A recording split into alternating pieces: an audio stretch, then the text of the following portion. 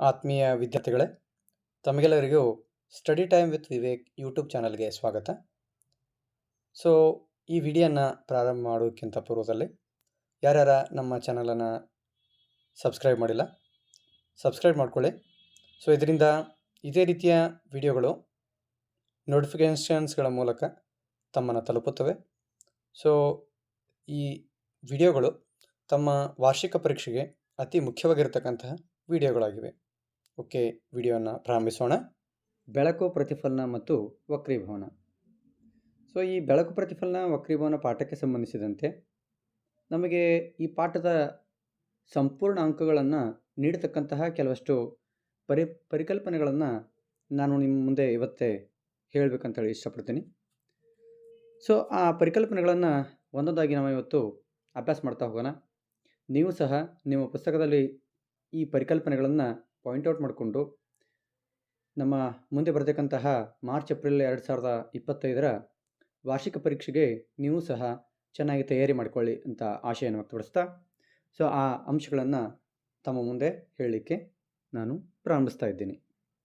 So ಮೊದಲನೇ ಮುಖ್ಯ ಅಂಶ, ಈ ಪಾಠದಲ್ಲಿ ಪರೀಕ್ಷೆಗೆ ಕೇಳ್ತಕ್ಕಂತಹ ಅಂಶಗಳಲ್ಲಿ ಮೊದಲನೇ ಅಂಶ ಏನಂತಂದ್ರೆ ಬೆಳಕಿನ ಪ್ರತಿಫಲನದ ನಿಯಮಗಳು.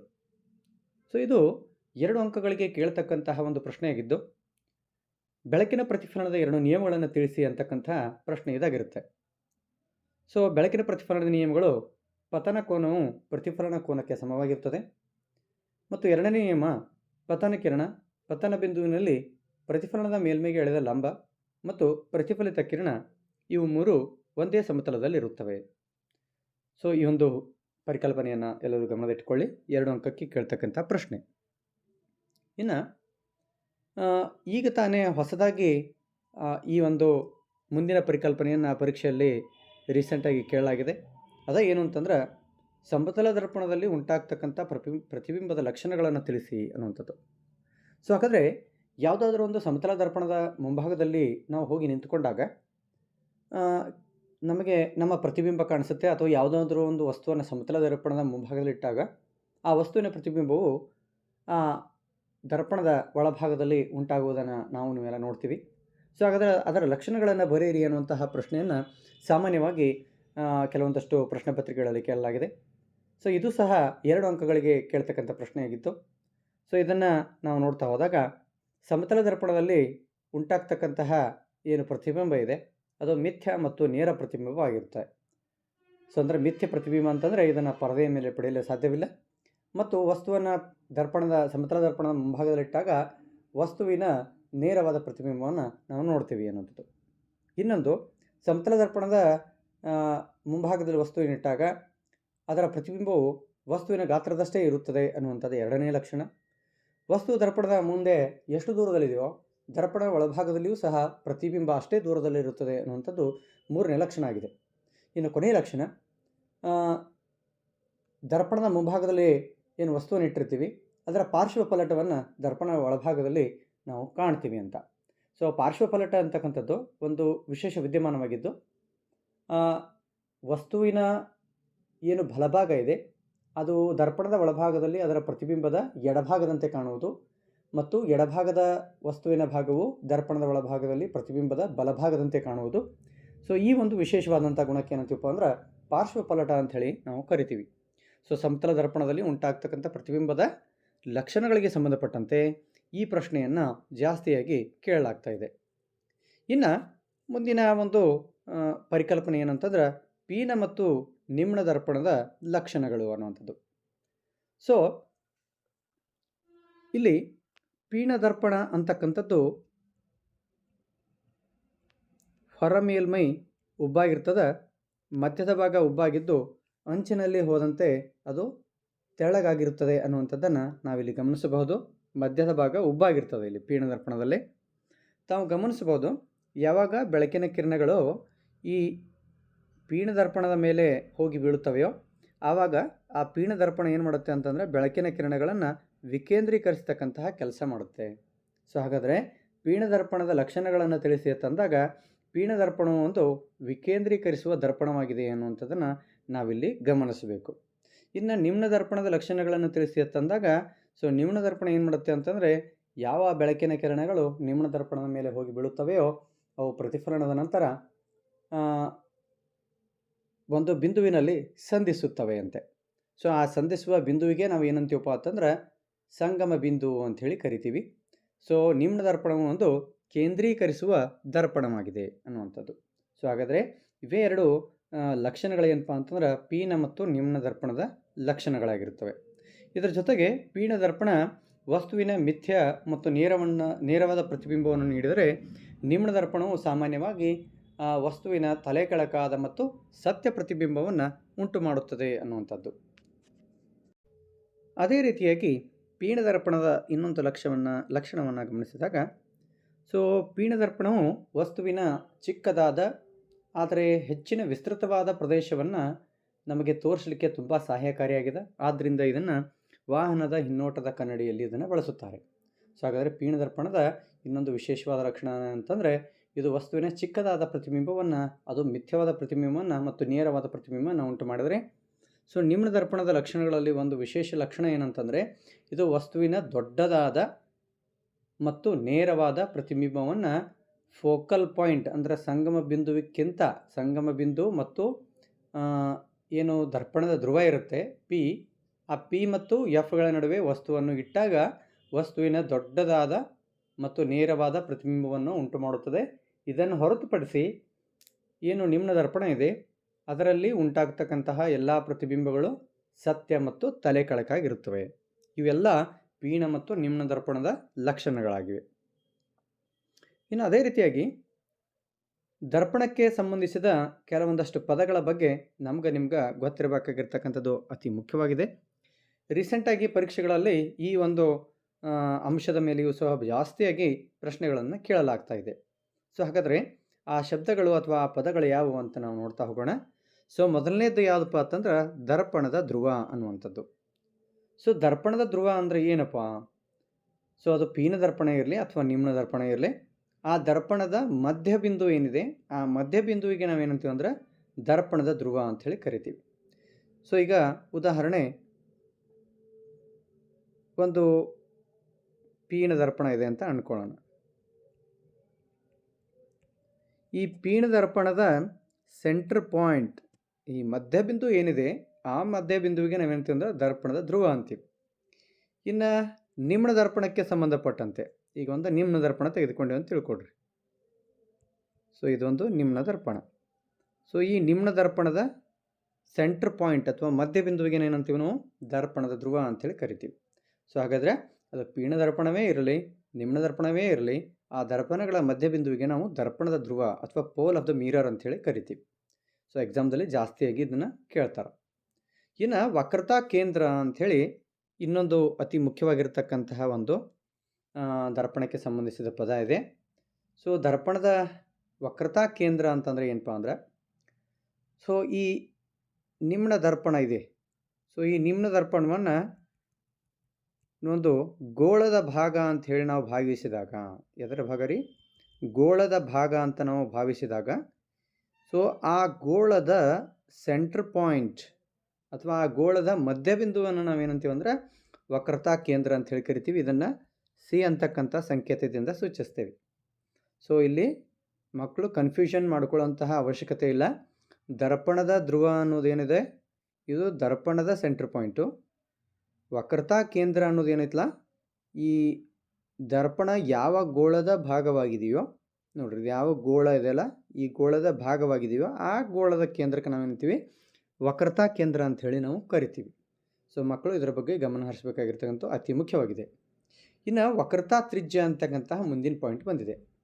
ಸೊ ವಕ್ರತಾ ತ್ರಿಜ್ಯ ಅಂದರೆ ಏನಪ್ಪ ಅಂದರೆ, ಈ ದರ್ಪಣದ ಧ್ರುವ ಪಿ ಇದೆಯಲ್ಲ, ಈ ಪಿ ಮತ್ತು ಸಿಗಳ ನಡುವಿನ ದೂರ ಏನಿದೆ ಈ ದೂರಕ್ಕೆ ನಾವು ಒಟ್ಟಾಗಿ ಏನಂತ ಕರಿತೀವಿ ಅಂತಂದ್ರೆ ವಕ್ರತಾ ತ್ರಿಜ್ಯ ಕ್ಯಾಪಿಟಲ್ ಆರ್ ಅನ್ನುವಂಥ ಸಂಕೇತದಿಂದ ಸೂಚಿಸ್ತೇವೆ. ಇನ್ನು ಪ್ರಧಾನ ಅಕ್ಷ ಅನ್ನುವಂಥ ಮುಂದಿನ ಪದ ಇದೆ. ಈ ಪ್ರಧಾನ ಅಕ್ಷ ಅಂದರೆ ಏನಪ್ಪ ಅಂದ್ರೆ, ಸೊ ದರ್ಪಣದ ಧ್ರುವ, ಸಂಗಮ ಬಿಂದು ಮತ್ತು ವಕ್ರತಾ ಕೇಂದ್ರಗಳ ಮೂಲಕ ಹಾಯ್ದು ಹೋಗುವಂತಹ ಒಂದು ಕಾಲ್ಪನಿಕ ರೇಖೆ ಏನಿದೆ ಆ ಕಾಲ್ಪನಿಕ ರೇಖೆಗೆ ನಾವು ಏನಂತೀವಪ್ಪ ಅಂತಂದ್ರೆ ಪ್ರಧಾನ ಅಕ್ಷ ಅಂಥೇಳಿ ನಾವು ಕರಿತೀವಿ. ಸೊ ಇಲ್ಲಿ ಮೇಲಿನ 2 ದರ್ಪಣಗಳ ರೇಖಾನಕ್ಷೆಯನ್ನು ತಾವು ಗಮನಿಸ್ತಾ ಇದ್ದೀರಿ. ಸೊ ಮೊದಲನೇ ಚಿತ್ರ ಏನಿದೆ ಇದು ನಿಮ್ನ ದರ್ಪಣದ ಚಿತ್ರವಾಗಿದೆ, ಎರಡನೇದ್ದು ಪೀನ ದರ್ಪಣದ ಚಿತ್ರವಾಗಿದೆ. ಸೊ ಯಾವಾಗ ಒಂದು ಬೆಳಕಿನ ಕಿರಣ ಪ್ರಧಾನ ಅಕ್ಷಕ್ಕೆ ಸಮಾಂತರವಾಗಿ ಚಲಿಸ್ತಾ ಇರ್ತದೆ, ಯಾವಾಗ ಇದು ನಿಮ್ನ ದರ್ಪಣದ ಮೇಲೆ ಬೀಳುತ್ತದೆ, ಅದು ಪ್ರತಿಫಲನ ಹೊಂದಿ ಪ್ರಧಾನ ಅಕ್ಷದ ಒಂದು ಬಿಂದುವಿನ ಮೂಲಕ ಹಾಯ್ದು ಹೋಗ್ತದೆ. ಈ ಬಿಂದುವಿಗೆ ನಾವೇನಂತೀವಿ ಅಂದ್ರೆ ಸಂಗಮ ಬಿಂದು ಅಥವಾ ಪ್ರಧಾನ ಸಂಗಮ ಅಂತೇಳಿ ಕರಿತೀವಿ, ಫೋಕಲ್ ಪಾಯಿಂಟ್ ಅಂತಲೂ ಕರಿತೀವಿ. ಅದೇ ನಾವು ಪೀಣ ದರ್ಪಣದ ಮೇಲೆ ಇದೇ ಬೆಳಕಿನ ಕಿರಣ ಪ್ರಧಾನ ಅಕ್ಷಕ್ಕೆ ಸಮಾಂತರವಾಗಿ ಚಲಿಸ್ತಕ್ಕಂಥ ಬೆಳಕಿನ ಕಿರಣ ಬೀಳ್ತದೆ. ಬಿದ್ದಂಥ ಸಂದರ್ಭದೊಳಗೆ ಈ ಬೆಳಕಿನ ಕಿರಣ ವಿಕೇಂದ್ರೀಕರಣ ಹೊಂದಿ ಚಲಿಸ್ತದೆ. ಸೊ ಇದೇ ವಿಕೇಂದ್ರೀಕರಣ ಹೊಂದಿರತಕ್ಕಂತಹ ಈ ಬೆಳಕಿನ ಕಿರಣವನ್ನು ನಾವು ಹಿಂಬದಿಯಲ್ಲಿ ಸಂಧಿಸಿದಾಗ ದರ್ಪಣದ ಒಳಭಾಗದಲ್ಲಿ ಒಂದು ಬಿಂದುವಿನಿಂದ ಬಂದಂತೆ ನಮಗೆ ಭಾಸ ಆಗ್ತದೆ. ಆ ಬಿಂದುವಿಗೆ ನಾವೇನಂತೀವಪ್ಪ ಅಂದ್ರೆ ಪೀಣ ದರ್ಪಣದ ಸಂಗಮ ಬಿಂದು ಅಂಥೇಳಿ ಕರಿತೀವಿ. ಇನ್ನು ನೆಕ್ಸ್ಟ್ ಪಾಯಿಂಟ್ ಬರ್ತದೆ ಯಾವುದಪ್ಪ ಅಂತಂದರೆ ಸಂಗಮ ದೂರ. ಸೊ ಸಂಗಮ ದೂರ ಅಂತಂದರೆ ಏನಂದರೆ ದರ್ಪಣದ ಪೋಲ್ ಅಥವಾ ದರ್ಪಣದ ಧ್ರುವ ಏನಿದೆ, ಆ ದರ್ಪಣದ ಧ್ರುವ ಮತ್ತು ಪ್ರಧಾನ ಸಂಗಮ ಈ ಎರಡರ ನಡುವಿನ ದೂರ ಏನಿದೆ, ಈ ದೂರಕ್ಕೆ ನಾವೇನಂತೀವಿ ಅಂದ್ರೆ ಸಂಗಮ ದೂರ ಅಂಥೇಳಿ ಕರಿತೀವಿ. ಇನ್ನು ಕೊನೆಯದಾಗಿ ಇದೇ ದರ್ಪಣಕ್ಕೆ ಸಂಬಂಧಿಸಿದ ಪದಗಳಲ್ಲಿ ಕೊನೆಯ ಪಾಯಿಂಟ್ ಯಾವುದಂದ್ರೆ ಅಪರ್ಚರ್ ಅಂತೇಳಿ ಕರಿತೀವಿ. ಸೊ ಅಪರ್ಚರ್ ಅಂತಕ್ಕಂಥದ್ದು ಏನಪ್ಪ ಅಂದರೆ, ಸೊ ಅದು ಪೀಣ ದರ್ಪಣವೇ ಇರಲಿ ಅಥವಾ ನಿಮ್ನ ದರ್ಪಣವೇ ಇರಲಿ, ಪ್ರತಿಫಲಿಸುವ ಮೇಲ್ಮೈನ ವ್ಯಾಸಕ್ಕೆ ನಾವೇನಂತೀವಿ ಅಂದ್ರೆ ಅಪರ್ಚರ್ ಅಂತೇಳಿ ಕರಿತೀವಿ. ಇಷ್ಟು ಎಲ್ಲ ಅಂಶಗಳೇನಪ್ಪ ಅಂತಂದ್ರೆ ದರ್ಪಣಕ್ಕೆ ಸಂಬಂಧಿಸಿದ ಪದಗಳಲ್ಲಿ ಬರ್ತಕ್ಕಂಥ ಅತಿ ಮುಖ್ಯವಾಗಿರ್ತಕ್ಕಂಥ ಅಂಶಗಳು. ಪರೀಕ್ಷೆಯಲ್ಲಿ ಮಕ್ಕಳು ಇದ್ರ ಬಗ್ಗೆ ಹೆಚ್ಚಿನ ಗಮನವನ್ನು ಹರಿಸೋದು ಅತಿ ಮುಖ್ಯವಾಗಿದೆ. ಇನ್ನು ಮುಂದಿನ ಒಂದು ಪರಿಕಲ್ಪನೆ ಏನಂದರೆ R=2F ಅಂತಕ್ಕಂತಹ ಸೂತ್ರ.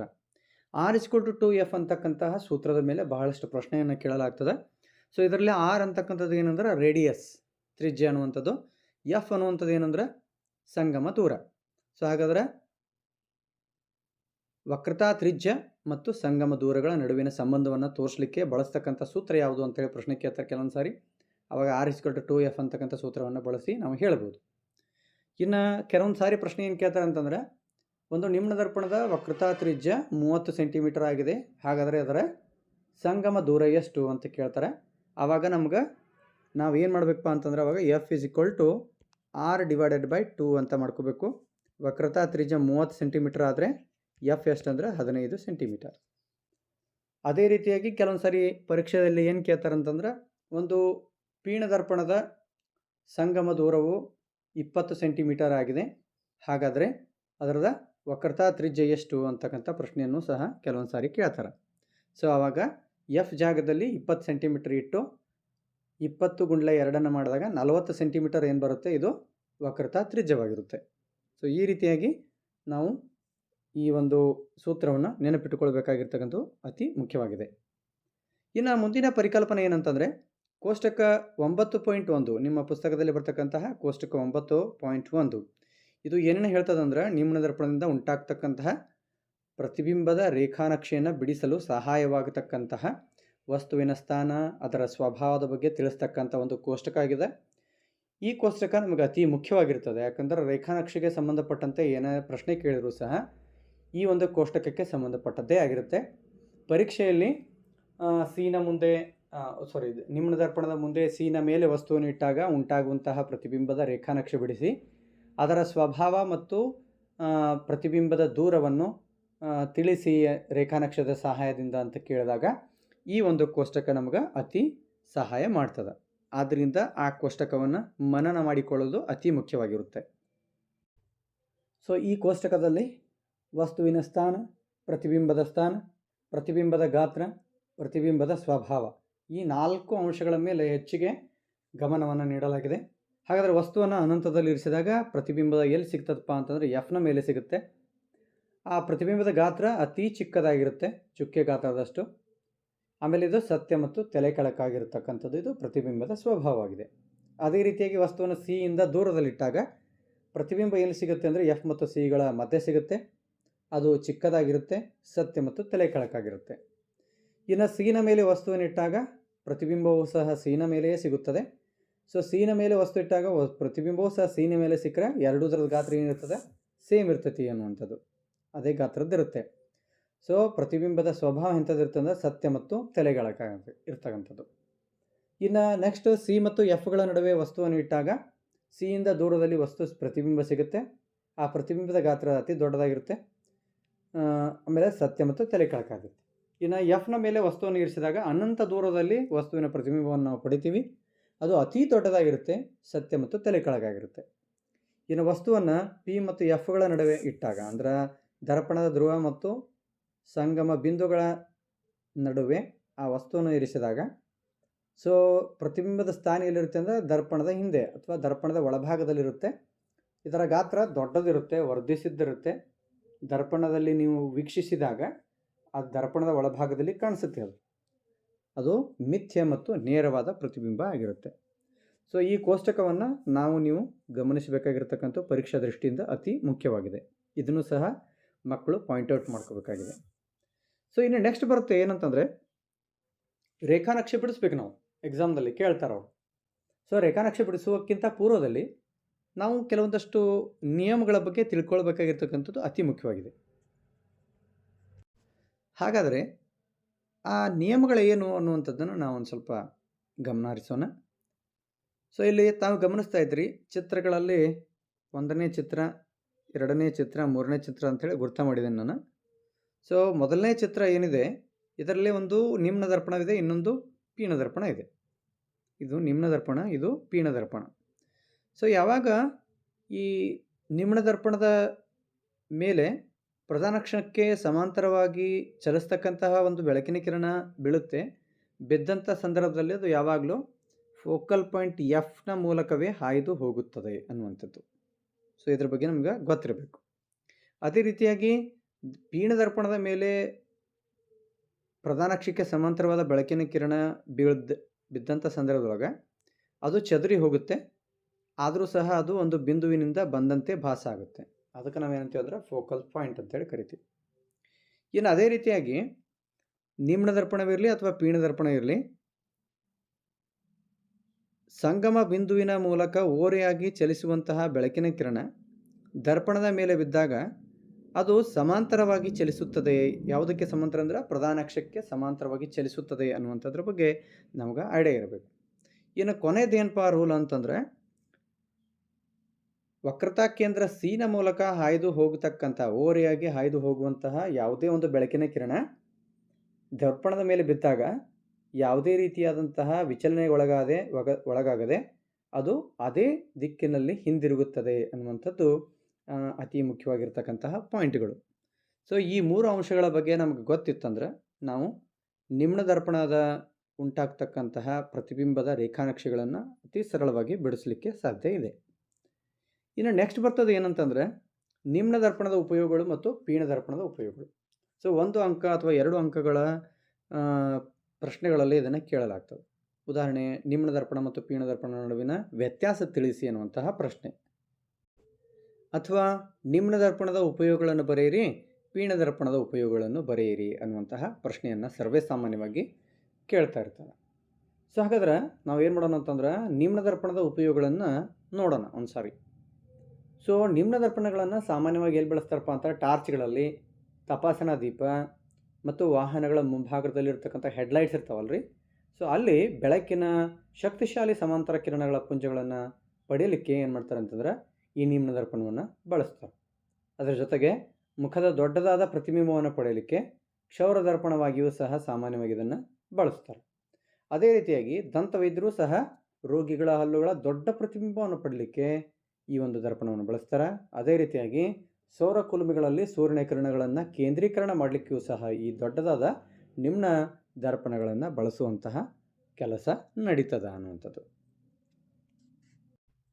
ಇನ್ನು ಅದೇ ರೀತಿಯಾಗಿ ಪೀನ ದರ್ಪಣದ ಉಪಯೋಗಗಳನ್ನು ತಿಳಿಸಿ ಅನ್ನುವಂತಹ ಪ್ರಶ್ನೆ ಬಂದಾಗ, ಸೊ ಪೀನ ದರ್ಪಣಗಳನ್ನು ಸಾಮಾನ್ಯವಾಗಿ ವಾಹನಗಳ ಹಿನ್ನೋಟದ ಕನ್ನಡಿಯಲ್ಲಿ ಬಳಸ್ತಾರೆ ಅನ್ನುವಂಥದ್ದು.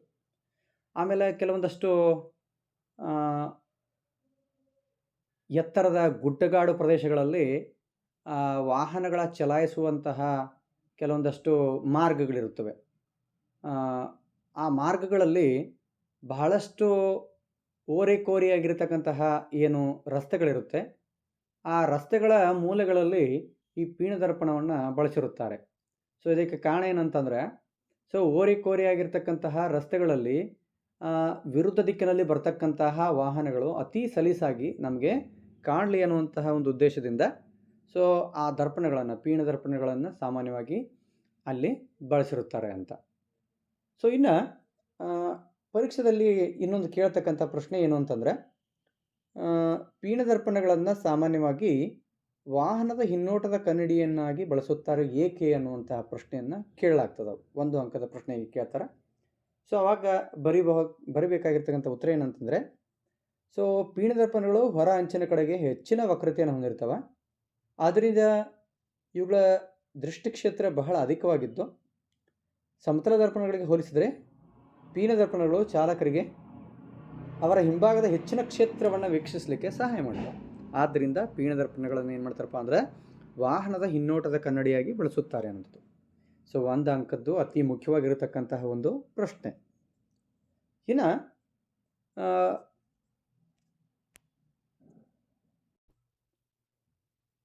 ಗೋಳೀಯ ದರ್ಪಣಗಳ ಪ್ರತಿಫಲನದ ಸಾಂಪ್ರದಾಯಿಕ ಸಂಕೇತಗಳು ಅಥವಾ ಕಾರ್ಟೀಷಿಯನ್ ಸಂಕೇತಗಳು ಅಂಥೇಳಿ ಕರಿತೀವಿ.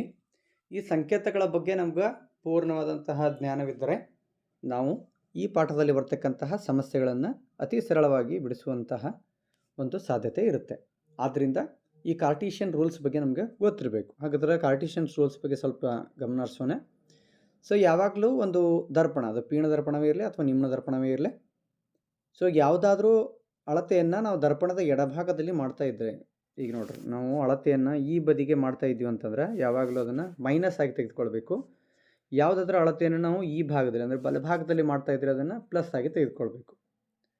ಇನ್ನು ಅದೇ ರೀತಿಯಾಗಿ ಒಂದು ವಸ್ತುವನ್ನು ಈ ಪ್ರಧಾನ ಅಕ್ಷದ ಮೇಲ್ಭಾಗಕ್ಕೆ ಇಟ್ಟಿವಪ್ಪ ಅಂದ್ರೆ ಅದನ್ನು ಪ್ಲಸ್ ಆಗಿ ತೆಗೆದುಕೊಳ್ಬೇಕು.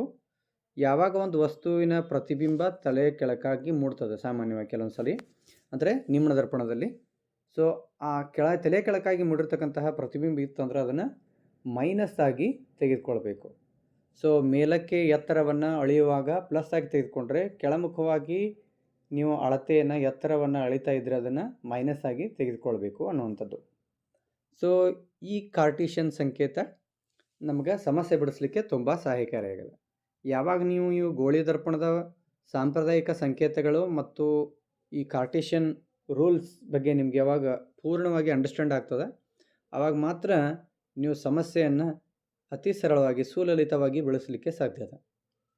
ನಿಮ್ಗೆ ಆ ರೂಲ್ ಬಗ್ಗೆ ಗೊತ್ತಿಲ್ಲ, ಯಾವಾಗ ಪ್ಲಸ್ ತೊಗೋಬೇಕು ಯಾವಾಗ ಮೈನಸ್ ತೊಗೋಬೇಕು ಅಂತ ಗೊತ್ತಿರಲಿಲ್ಲ ಅಂತಂದರೆ ಸೊ ಸಮಸ್ಯೆನೋ ಬಿಡಿಸ್ಬೋದು ನೀವು, ಆದರೆ ಚಿಹ್ನೆಗಳಿಡುವಾಗ ನೀವು ತಪ್ಪಿದ್ರಿ ಅಂತಂದರೆ ಪೂರ್ತಿ ಸಮಸ್ಯೆನೇ ಏನಾಗ್ತದೆ ಅಂದರೆ ತಪ್ಪಾಗಿಬಿಡ್ತದೆ. ಹೌದಾ? ಸೊ ಅದಕ್ಕೆ ಇದ್ರ ಬಗ್ಗೆ ಗಮನ ಹರಿಸೋದು ಅತಿ ಮುಖ್ಯವಾಗಿದೆ. ಇನ್ನು ನೆಕ್ಸ್ಟ್ ಬರ್ತದೆ ಏನಂತಂದ್ರೆ ದರ್ಪಣದ ಸೂತ್ರ ಮತ್ತು ವರ್ಧನೆ. ಸೊ ದರ್ಪಣದ ಸೂತ್ರ ಏನಿದೆ, ಸೊ ಇದು ಸಮಸ್ಯೆ ಬಿಡಿಸ್ಲಿಕ್ಕೆ ಅತಿ ಮುಖ್ಯವಾಗಿರ್ತದೆ.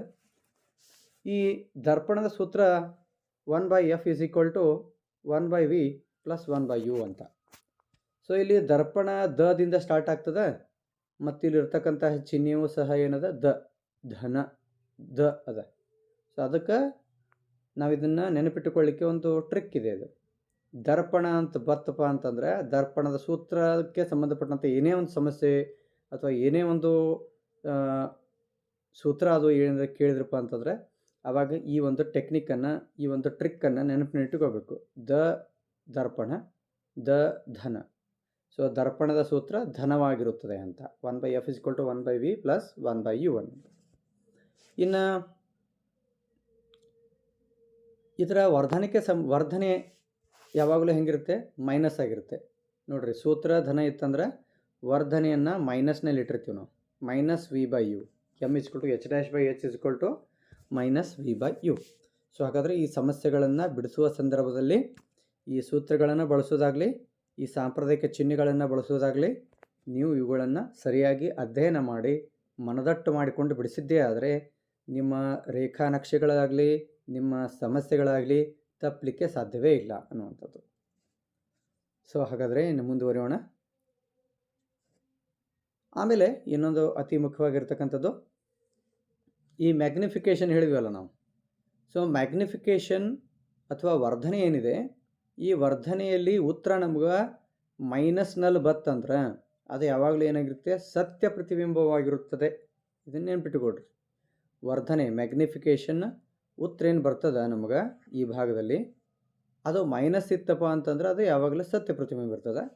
ಪ್ಲಸ್ ಬತ್ತಪ್ಪ ಅಂತಂದ್ರೆ ಅದು ಮಿಥ್ಯ ಪ್ರತಿಬಿಂಬ ಇರ್ತದೆ. ಅದು ಎದರಲ್ಲಿದು ವರ್ಧನೆಗೆ ಸಂಬಂಧಪಟ್ಟಿದ್ದೇ ಇತ್ತಂದ್ರೆ. ನೆಕ್ಸ್ಟ್ ಇದೇ ಪಾಠದಲ್ಲಿ ಸಮಸ್ಯೆಗಳು ಅತಿ ಮುಖ್ಯವಾಗಿವೆ. ಈ ಒಂದು ಪಾಠದಲ್ಲಿ ಒಂದು 3 ಅಂಕದ ರೇಖಾನಕ್ಷೆಯನ್ನು ಕೇಳ್ಬೋದು, ಅಥವಾ 3 ಅಂಕದ ಸಮಸ್ಯೆಯನ್ನು ಕೇಳ್ಬೋದು, ಅಥವಾ ಎರಡೂ ಕೇಳ್ಬೋದು. ಹೌದಾ? ಆದ್ದರಿಂದ 2 ಕಾನ್ಸೆಪ್ಟ್ಸ್ ಅತಿ ಇಂಪಾರ್ಟೆಂಟ್. ರೇಖಾನಕ್ಷೆ ಬಿಡಿಸೋದು ಮತ್ತು ಸಮಸ್ಯೆಯನ್ನು ಬಿಡಿಸೋದು. ಸಮಸ್ಯೆಗಳನ್ನು ನೀವು ಎಷ್ಟು ಹೆಚ್ಚಿಗೆ ಪ್ರಯತ್ನ ಪಡ್ತೀರಿ ಅಥವಾ ಅಂತಹ ಸಮಸ್ಯೆಗಳನ್ನು ಎಷ್ಟು ರೂಢಿ ಮಾಡ್ತೀರಿ ಅಷ್ಟು ನಿಮಗೆ ಎಕ್ಸಾಮ್ದಲ್ಲಿ ಹೆಲ್ಪ್ಫುಲ್ ಆಗುತ್ತೆ. ಆದ್ದರಿಂದ ಮಕ್ಕಳು ಏನು ಮಾಡಬೇಕಂತಂದರೆ ಹಳೆಯ ಪ್ರಶ್ನೆ ಪತ್ರಿಕೆಯಲ್ಲಿ ಬಂದಿರತಕ್ಕಂತಹ ಈ ಪಾಠದ ಸಮಸ್ಯೆಗಳನ್ನು ಸಾಧ್ಯವಾದಷ್ಟು ಬಿಡಿಸಿ ಪ್ರಾಕ್ಟೀಸ್ ಮಾಡ್ಕೊಳ್ಳಿ ಅಂತ. ಇನ್ನು ನೆಕ್ಸ್ಟ್ ಬರುತ್ತೆ ಏನಪ್ಪ ಅಂದರೆ ವಕ್ರೀಭವನಕ್ಕೆ ಸಂಬಂಧಪಟ್ಟಂತೆ ಪ್ರಶ್ನೆಗಳನ್ನು ಜಾಸ್ತಿ ಕೇಳಲಾಗ್ತದೆ. ಇಲ್ಲಿ ವಕ್ರೀಭವನಕ್ಕೆ ಸಂಬಂಧಪಟ್ಟಂತೆ ಬೆಳಕು ಒಂದು ಮಾಧ್ಯಮದಿಂದ ಇನ್ನೊಂದು ಮಾಧ್ಯಮಕ್ಕೆ ಚಲಿಸ್ತಾ ಇರ್ತದೆ. ಸೊ ಕೆಲವೊಂದು ಸಾರಿ ವಿರಳ ಮಾಧ್ಯಮದಿಂದ ಸಾಂದ್ರ ಮಾಧ್ಯಮಕ್ಕೆ ಚಲಿಸ್ತೈತಿ, ಇನ್ನು ಕೆಲವೊಂದು ಸಾರಿ ಸಾಂದ್ರ ಮಾಧ್ಯಮದಿಂದ ವಿರಳ ಮಾಧ್ಯಮಕ್ಕೆ ಚಲಿಸುವಂಥದ್ದು ಇರ್ತದೆ. ಸೊ ಯಾವಾಗ ಈ ಬೆಳಕು ಓರೆಯಾಗಿ ಒಂದು ಮಾಧ್ಯಮದಿಂದ ಇನ್ನೊಂದು ಮಾಧ್ಯಮಕ್ಕೆ ಚಲಿಸುತ್ತದೆ, ಆವಾಗ ಅದರ ದಿಕ್ಕಿನಲ್ಲಿ ಬದಲಾವಣೆ ಆಗುವಂಥದ್ದನ್ನು ನಾವು ಗಮನಿಸಬಹುದು. ಸೊ ಇದಕ್ಕೆ ಕಾರಣ ಏನಪ್ಪ ಅಂತಂದರೆ, ಬೆಳಕು ಒಂದು ಮಾಧ್ಯಮದಲ್ಲಿ ಚಲಿಸುವಾಗ, ಉದಾಹರಣೆ ಒಂದು ವಿರಳ ಮಾಧ್ಯಮದಲ್ಲಿ ಬೆಳಕು ಚಲಿಸ್ತಾ ಇತ್ತಂತ ತಿಳ್ಕೊಳ್ರಿ. ಅಲ್ಲಿ ಕಣಗಳು ಬಹಳಷ್ಟು ಏನಿರ್ತಾವೆ, ವಿರಳವಾಗಿರ್ತವೆ. ಆದ್ದರಿಂದ ಎನರ್ಜಿ ಅಬ್ಸಾರ್ಪ್ಷನ್ ಅಂದರೆ ಶಕ್ತಿಯ ಒಂದು ಹೀರಿಕೆ ಏನೈತಿ ಕಡಿಮೆ ಇರ್ತದೆ.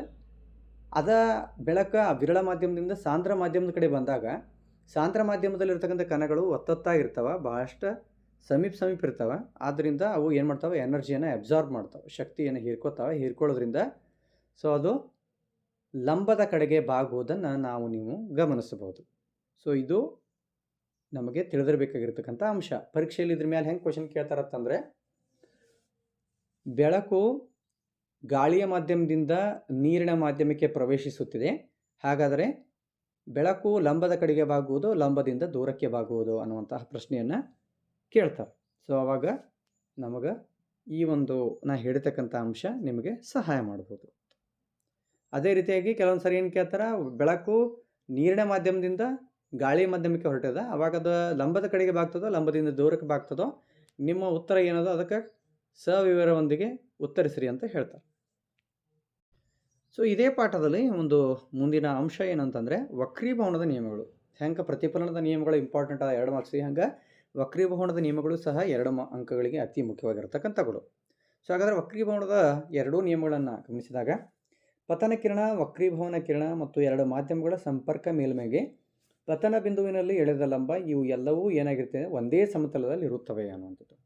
ಇನ್ನು 2ನೇ ನಿಯಮವನ್ನು ನೋಡಿದಾಗ, ಕೊಟ್ಟಿರುವತಕ್ಕಂತಹ ಬೆಳಕಿನ ನಿರ್ದಿಷ್ಟ ಬಣ್ಣ ಮತ್ತು ನೀಡಿರುವ ಜೋಡಿ ಮಾಧ್ಯಮಗಳಿಗೆ ಪತನ ಕೋನದ ಸೈನ್ ಮತ್ತು ವಕ್ರೀಮ ಕೋನದ ಸೈನ್ಗಳ ನಡುವಿನ ಅನುಪಾತ ಯಾವಾಗಲೂ ಏನಾಗಿರುತ್ತೆ, ಸ್ಥಿರವಾಗಿರುತ್ತದೆ ಅನ್ನುವಂಥದ್ದನ್ನು ಈ ಒಂದು ನಿಯಮದಲ್ಲಿ ನೀಡಲಾಗಿದೆ. 2ನೇ ನಿಯಮವನ್ನು ಏನಂತ ಕರೀತಾರಪ್ಪ ಅಂದ್ರೆ ಸ್ನೇಲ್ನ ನಿಯಮ ಅಂಥೇಳಿ ಕರೀತಾರೆ. ಆದರೆ ಈ ನಿಯಮವನ್ನು ಕೆಲವೊಂದಷ್ಟು ಕಂಡೀಷನ್ಸ್ ಮೇಲೆ ಪ್ರತಿಪಾದನೆ ಮಾಡ್ತಾರೆ. ಅದೇ ಏನಂತಂದರೆ, ಏನು ರೇ ಆಫ್ ಇನ್ಸಿಡೆಂಟ್ ಏನಿದೆ ಅಥವಾ ಪತನ ಕಿರಣ ಏನಿದೆ, ಅದು 0 ಡಿಗ್ರಿ ಮೇಲೂ ಇರಬಾರ್ದು, 90 ಡಿಗ್ರಿ ಮೇಲೂ ಇರಬಾರ್ದು. 0 ಡಿಗ್ರಿಗಿಂತ ಹೆಚ್ಚಿರಬೇಕು, 90 ಡಿಗ್ರಿಗಿಂತ ಕಡಿಮೆ ಇರಬೇಕು. ಅಂದಾಗ ಮಾತ್ರ ಈ ಸ್ನೇಲ್ಸ್ ಲಾ ಏನಾಗ್ತತಿ, ಪ್ರೂವ್ ಆಗ್ತದೆ, ಇಲ್ಲಾಂದ್ರೆ ಆಗಂಗಿಲ್ಲ ಅನ್ನುವಂಥದ್ದು. ಇನ್ನು ನೆಕ್ಸ್ಟ್ ಇದೇ ಪಾಠದಲ್ಲಿ ಬರ್ತಕ್ಕಂಥ ಮುಖ್ಯವಾದಂಥ ಇನ್ನೊಂದು ಅಂಶ ಏನಂತಂದ್ರೆ ವಕ್ರೀಭವನ ಸೂಚ್ಯಂಕ.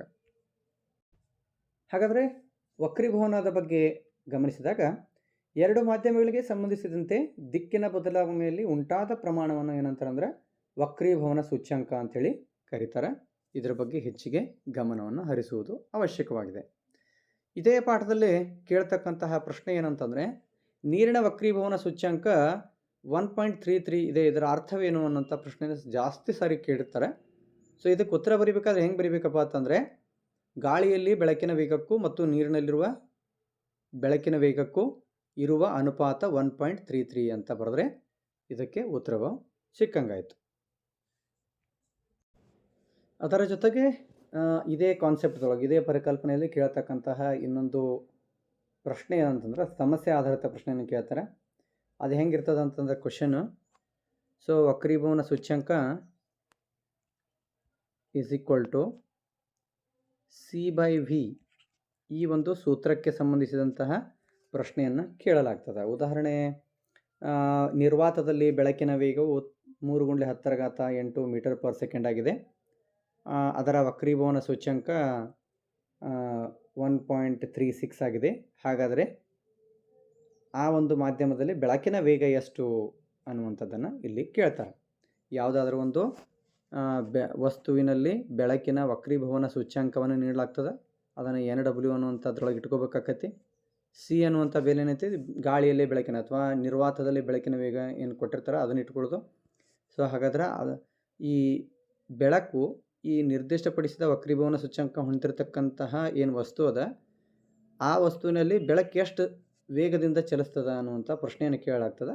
ಆವಾಗ ಈ ವಿಯನ್ನು ಏನು ಮಾಡಬೇಕು, NW ಕಡೆ ಮತ್ತು NW ಅನ್ನು ಏನು ಮಾಡಬೇಕು, NM ಐತಲ್ಲ ಇದನ್ನು ಏನು ಮಾಡಬೇಕು, ಈ ಕಡೆ ತೆಗೆದುಕೊಂಡು ಬರಬೇಕು. ಸೊ ಹಾಗಾದರೆ V = C/NM ಆಗಿ ಪರಿವರ್ತನೆ ಆಗುತ್ತೆ. ಸೊ ಅದನ್ನು ನಾವು ಕಂಡುಹಿಡಿಬಹುದು ಈಸಿಯಾಗಿ. ಇದೊಂದು ಅತಿ ಮುಖ್ಯವಾಗಿರ್ತಕ್ಕಂಥ ಪ್ರಶ್ನೆ ಆಗಿರ್ತದೆ ಎಕ್ಸಾಮ್ದಾಗ.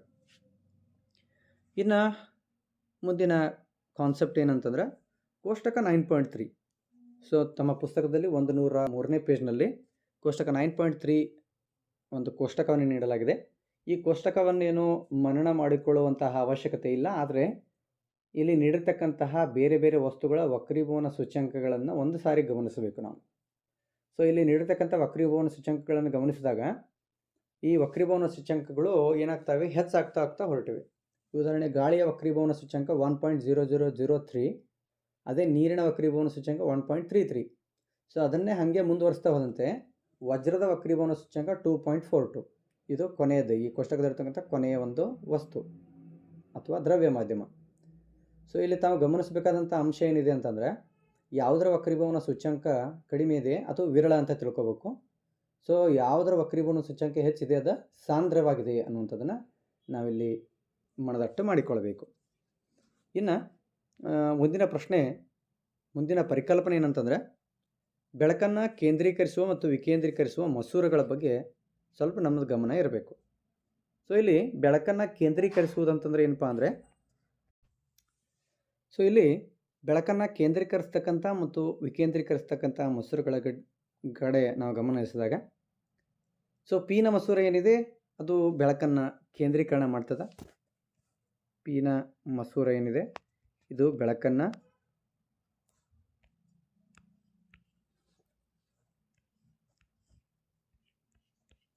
ಕೇಂದ್ರೀಕರಣ ಮಾಡುವಂತಹ ಮಸೂರ ಇದಾಗಿದೆ. ಇನ್ನು ನಿಮ್ನ ಮಸೂರ ಏನಿದೆ ಇದು ಬೆಳಕನ್ನು ವಿಕೇಂದ್ರೀಕರಣ ಮಾಡುವಂತಹ ಮಸೂರ ಆಗಿದೆ ಅನ್ನುವಂಥದ್ದು. ಹೌದಾ? ಸೊ ಈ ಎರಡು ಅಂಶಗಳ ಬಗ್ಗೆ ನಮಗೆ ಗಮನ ಇರಬೇಕು. ಇದ್ರ ಮೇಲೆಯೂ ಸಹ ಜಾಸ್ತಿ ಪ್ರಶ್ನೆಯನ್ನು ಕೇಳಲಾಗ್ತದೆ, ಬೆಳಕನ್ನು ಕೇಂದ್ರೀಕರಿಸುವ ಮತ್ತು ವಿಕೇಂದ್ರೀಕರಿಸುವ ಮಸೂರಗಳು. ಇನ್ನು ಮಸೂರಕ್ಕೆ ಸಂಬಂಧಿಸಿದ ಕೆಲವಷ್ಟು ವಿಶೇಷವಾದಂತಹ ಪದಗಳ ಬಗ್ಗೆ ನಾವು ಗಮನಿಸಿದಾಗ, ಸೊ ವಕ್ರತಾ ಕೇಂದ್ರ ಆಲ್ರೆಡಿ ನಾವು ದರ್ಪಣಗಳಿಗೆ ಸಂಬಂಧಪಟ್ಟಂತೆ ನೋಡಿದ್ದೇವೆ, ಮತ್ತು ಪ್ರಧಾನಾಕ್ಷ ಅದನ್ನು ಸಹ ನೋಡಿದ್ದೀವಿ. ಒಂದು ಏನು ನೋಡಿಲ್ಲಪ್ಪ ಅಂದ್ರೆ ದೃಕ್ ಕೇಂದ್ರದ ಬಗ್ಗೆ ನೋಡಿಲ್ಲ. ಸೊ ದರ್ಪಣ ಧ್ರುವ ಮತ್ತು ಮಸೂರದ ದೃಕ್ ಕೇಂದ್ರ ಇವೆರಡು ಒಂದೇ. ಸೊ ಈ ದೃಕ್ ಕೇಂದ್ರದ ಬಗ್ಗೆ ನಾವು ಸ್ವಲ್ಪ ಗಮನ ಹರಿಸ್ಬೇಕು. ಇದೇನು ಪಿನ ಮಸೂರ ಇದೆ, ಈ ಪಿನ ಮಸೂರದ ಸೆಂಟರ್ ಪಾಯಿಂಟ್ಗೆ ಏನಂತೀವಪ್ಪ ಅಂದ್ರೆ ದೃಕ್ ಕೇಂದ್ರ ಅಂತೀವಿ. ಅದೇ ರೀತಿಗೆ ಈ ನಿಮ್ನ ದರ್ಪಣ ಇದೆ, ಈ ನಿಮ್ನ ದರ್ಪಣದ ಸೆಂಟರ್ ಪಾಯಿಂಟ್ಗೆ ಏನಂತೀವಿ, ದೃಕ್ ಕೇಂದ್ರ ಅಂತ ಕರಿತೀವಿ. ಆಮೇಲೆ ಇನ್ನು ಪ್ರಧಾನ ಸಂಗಮದ ಬಗ್ಗೆ ಹೇಳೋ ಅವಶ್ಯಕತೆಯೇ ಇಲ್ಲ, ಯಾಕಂದರೆ ಯಾವ ಬಿಂದುವಿನಲ್ಲಿ ಬೆಳಕಿನ ಕಿರಣಗಳು ವಕ್ರೀಭವನ ಹೊಂದಿ ಸಂಧಿಸುತ್ತವೆಯೋ ಆ ಬಿಂದುವಿಗೆ ಏನಂತೀವಿ ಅಂದರೆ ನಾವು ಪ್ರಧಾನ ಸಂಗಮ ಅಂತೇಳಿ ಕರಿತೀವಿ. ಇದು ಪೀಣ ದರ್ಪಣಕ್ಕೆ ಸಂಬಂಧಪಟ್ಟಂತೆ ಆಯಿತು. ಇನ್ನು ನಿಮ್ನ ದರ್ಪಣಕ್ಕೆ ಸಂಬಂಧಪಟ್ಟಂತೆ ಬೆಳಕೇನು ವಿಕೇಂದ್ರೀಕರಣ ಹೊಂದಿ ಹೋಗಿರ್ತವೆ, ಅವುಗಳನ್ನ ನಾವು ಹಿಂಬದಿಯಲ್ಲಿ ಸಂಧಿಸಿದಾಗ ಒಂದು ಬಿಂದುವಿನಿಂದ ನಮಗೆ ಬಂದಂತೆ ಭಾಸ ಆಗ್ತವೆ. ಆ ಬಿಂದುವಿಗೆ ನಾವೇನಂತೀವಿ ಅಂದ್ರೆ ಸಂಗಮ ಬಿಂದು ಅಂಥೇಳಿ ಕರಿತೀವಿ, ಅಥವಾ ಪ್ರಧಾನ ಸಂಗಮ ಅಂಥೇಳಿ ಕರಿತೀವಿ. ಇನ್ನು ಮುಂದಿನ ಮುಖ್ಯ ಪರಿಕಲ್ಪನೆ ಏನಂದರೆ ಮಸೂರಗಳಿಂದ ಪ್ರತಿಬಿಂಬಗಳ ರಚನೆ ಅನ್ನುವಂಥದ್ದು. ಹೌದಾ? ದರ್ಪಣದಲ್ಲಿ ನಿಮ್ನ ದರ್ಪಣಕ್ಕೆ ಸಂಬಂಧಿಸಿದಂತೆ ಉಂಟಾಗುವಂತಹ ಪ್ರತಿಬಿಂಬಗಳ ರೇಖಾನಕ್ಷೆ ಬಿಡಿಸ್ರಿ ಅಂತ ಹೆಂಗಿರ್ತದೆ, ಹಂಗೆ ಮಸೂರಗಳಿಗೆ ಸಂಬಂಧಪಟ್ಟಂತೆ ಪಿನ ಮಸೂರಗಳಲ್ಲಿ ಉಂಟಾಗುವಂತಹ ಪ್ರತಿಬಿಂಬದ ರೇಖಾನಕ್ಷೆ ಬಿಡಿಸಿ ಅನ್ನುವಂತಹ ಪ್ರಶ್ನೆಯನ್ನು ಜಾಸ್ತಿಯಾಗಿ ಕೇಳಲಾಗುತ್ತೆ. ಅದಕ್ಕೆ ನಾವು ರೇಖಾನಕ್ಷೆಯನ್ನು ಬಿಡಿಸುವುದಕ್ಕಿಂತ ಪೂರ್ವದಲ್ಲಿ ಕೋಷ್ಟಕ 9.4 ಒಂದು ಸಾರಿ ಗಮನಿಸಬೇಕು. ಸೊ ಇಲ್ಲಿ ವಸ್ತುವಿನ ಸ್ಥಾನ, ಪ್ರತಿಬಿಂಬದ ಸ್ಥಾನ, ಪ್ರತಿಬಿಂಬದ ಸಾಪೇಕ್ಷ ಗಾತ್ರ ಮತ್ತು ಪ್ರತಿಬಿಂಬದ ಸ್ವಭಾವಗಳನ್ನು ನೀಡಲಾಗಿದೆ. ಸೊ ಇವುಗಳನ್ನು ಸೂಕ್ಷ್ಮವಾಗಿ ನಾವು ಗಮನಿಸಿದ್ದೇ ಆದಲ್ಲಿ ಈ ಪಾಠದಲ್ಲಿ ಬರ್ತಕ್ಕಂತಹ ಪಿನ ಮಸೂರಕ್ಕೆ ಸಂಬಂಧಿಸಿದ ಯಾವುದೇ ರೇಖಾನಕ್ಷೆಗಳನ್ನು ಅತಿ ಸರಳವಾಗಿ ಬಿಡಿಸಲಿಕ್ಕೆ ನಮ್ಗೆ ಸಾಧ್ಯ ಆಗ್ತದೆ. ಸೊ ಇನ್ನು ಅದನ್ನು ರೇಖಾನಕ್ಷೆಗಳನ್ನು ಬಿಡಿಸಲೇಬೇಕಾದಂಥ ಸಂದರ್ಭ ಬಂದಾಗ ಕೆಲವೊಂದಷ್ಟು ರೂಲ್ಸ್ಗಳ ಬಗ್ಗೆ ನಮಗೆ ಗೊತ್ತಿರಬೇಕು. ಅವ ಏನಪ್ಪ ಅಂದರೆ ಇಲ್ಲಿ ಕೆಳಗಡೆ ನೀಡಿರ್ತಕ್ಕಂತಹ ಚಿತ್ರಗಳು. ಸೊ ಇಲ್ಲಿ ತಾವು ಗಮನಿಸ್ತಾ ಇದ್ದೀರಿ, ಇಲ್ಲಿ ಮೇಲ್ಗಡೆ ಅದಾವಲ್ಲ ಇವೆಲ್ಲ ಏನದಾವ, ಇವ ಪಿನ ಮಸೂರಗಳದಾವೆ, ಕೆಳಗಡೆ ಇರ್ತಕ್ಕಂಥಗಳು ಎಲ್ಲಗಳು ನಿಮ್ನ ಮಸೂರಗಳದಾವೆ.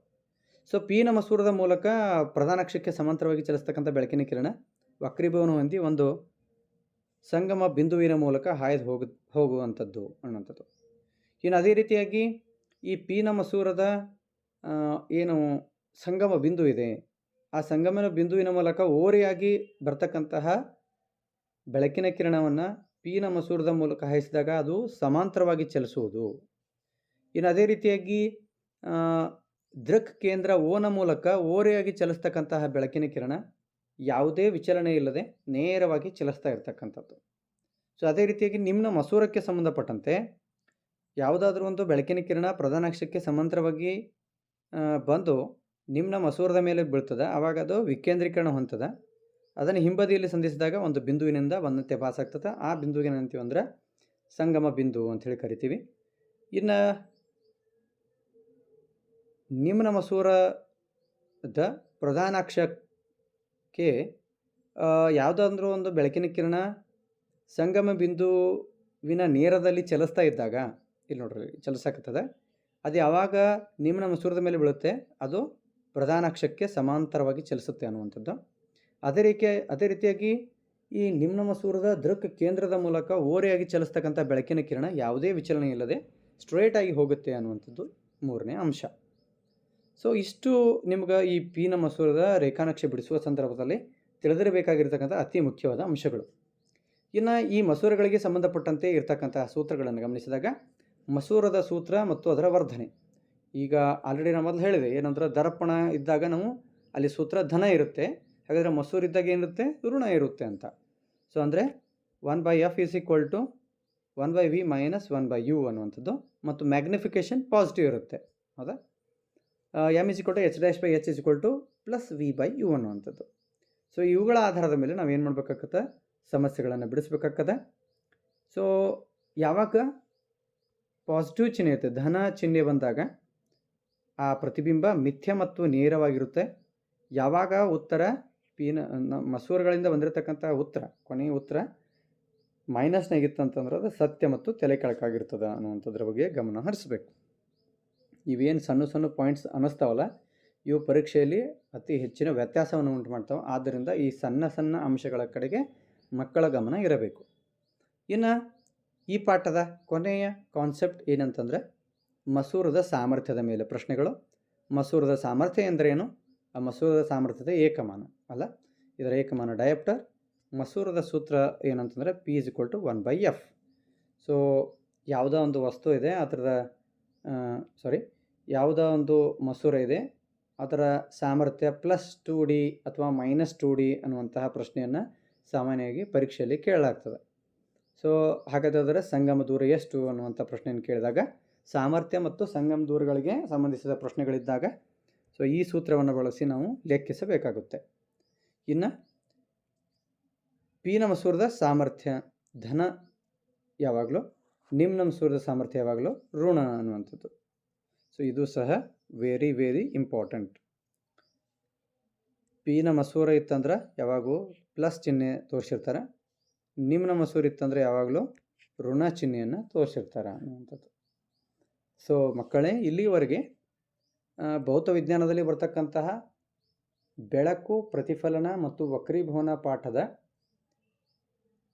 ಎಷ್ಟು ಅಂಕಗಳು ಪರೀಕ್ಷೆಯಲ್ಲಿ ಕೇಳಲಾಗುವುದೋ ಅಷ್ಟೆಲ್ಲ ಅಂಕಗಳನ್ನು ಸಂಪೂರ್ಣವಾಗಿ ನಿಮ್ಮದಾಗಿಸಿಕೊಳ್ಳಲು, ಎಲ್ಲ ಅಂಕಗಳನ್ನು ನೀವು ಪಡಿಬೇಕು ಅನ್ನುವಂತಹ ಮಹದಾಸೆ ಇತ್ತಂದರೆ ಈ ನಾನು ಹೇಳಿರ್ತಕ್ಕಂತಹ ಅಂಶಗಳನ್ನು ಭಾಳಷ್ಟು ಪರ್ಫೆಕ್ಟಾಗಿ ಹಳೆಯ ಪ್ರಶ್ನೆ ಪತ್ರಿಕೆಯನ್ನು ಮುಂದಿಟ್ಟುಕೊಂಡು ಪುಸ್ತಕವನ್ನು ಚೆನ್ನಾಗಿ ಓದಿಕೊಂಡು ಪ್ರತಿಯೊಂದು ಪಾಯಿಂಟನ್ನು ಗಮನಿಸಿದ್ದೇ ಆದರೆ ಈ ಪಾಠದಲ್ಲಿ ಎಷ್ಟು ಅಂಕಗಳನ್ನು ಕೇಳಲಾಗುವುದೋ ಅಷ್ಟು ಅಂಕಗಳಲ್ಲಿ ಸಂಪೂರ್ಣ ಅಂಕಗಳನ್ನು ಗಳಿಸಲಿಕ್ಕೆ ತುಂಬ ಸಹಾಯಕಾರಿ ಆಗುತ್ತೆ ಅಂಥೇಳಿ ನನಗೆ ಈ ಒಂದು ವಿಡಿಯೋದಿಂದ ಅನ್ನಿಸ್ತದೆ. ಸೊ ನೀವು ಸಹ ಹೆಚ್ಚಿನ ಅಂಕಗಳನ್ನು ಗಳಿಸಲೇಬೇಕಾತಂದರೆ ಈ ಒಂದು ಪಾಠಕ್ಕೆ ಸಂಬಂಧಪಟ್ಟಂತೆ ಈ ಎಲ್ಲ ಅಂಶಗಳ ಕಡೆಗೆ ಹೆಚ್ಚಿನ ಗಮನ ಹರಿಸಿ ಅನ್ನುವಂಥದ್ದು. ಇನ್ನು ಮುಂದಿನ ವಿಡಿಯೋದಲ್ಲಿ ಇದೇ ರೀತಿ ಬೇರೆ ಪಾಠಗಳಲ್ಲಿ ಹೆಚ್ಚಿನ ಅಂಕಗಳನ್ನು ಔಟ್ ಅಂಕಗಳನ್ನು ಪಡೆಯಲು ಇಚ್ಛಿಸ್ತಕ್ಕಂತಹ ನೀವು ಮುಂದಿನ ವಿಡಿಯೋದಲ್ಲಿ ಇದಕ್ಕೆ ಸಂಬಂಧಪಟ್ಟಂತೆ ಮತ್ತೆ ಬೇರೆ ಪಾಠಗಳಲ್ಲಿ ಬರ್ತಕ್ಕಂತಹ ಕೆಲವೊಂದಷ್ಟು ಮುಖ್ಯವಾದ ಪರಿಕಲ್ಪನೆಗಳನ್ನು ನಾನು ನಿಮ್ಮ ಜೊತೆ ಚರ್ಚೆ ಮಾಡ್ತೀನಿ. ಸೊ ಯಾರ್ಯಾರ ನಮ್ಮ ಚಾನಲನ್ನು ಸಬ್ಸ್ಕ್ರೈಬ್ ಮಾಡಿಲ್ಲ, ಈಗ ಸಬ್ಸ್ಕ್ರೈಬ್ ಮಾಡಿರಿ. ಮುಂದಿನ ವಿಡಿಯೋಗಳು ನಿಮ್ಗೆ ನೋಟಿಫಿಕೇಷನ್ ಮೂಲಕ ನಿಮ್ಮನ್ನು ತಲುಪುತ್ತವೆ. ಓಕೆ, ಸೊ ಇದೇ ರೀತಿಯ ವಿಡಿಯೋಗಳಿಗಾಗಿ ನೀವು ನಮ್ಮ ಚಾನಲನ್ನು ಲೈಕ್ ಮಾಡಿ, ಶೇರ್ ಮಾಡಿ ಮತ್ತು ಸಬ್ಸ್ಕ್ರೈಬ್ ಮಾಡಿ. ನಮ್ಮ channel study time with Vivek.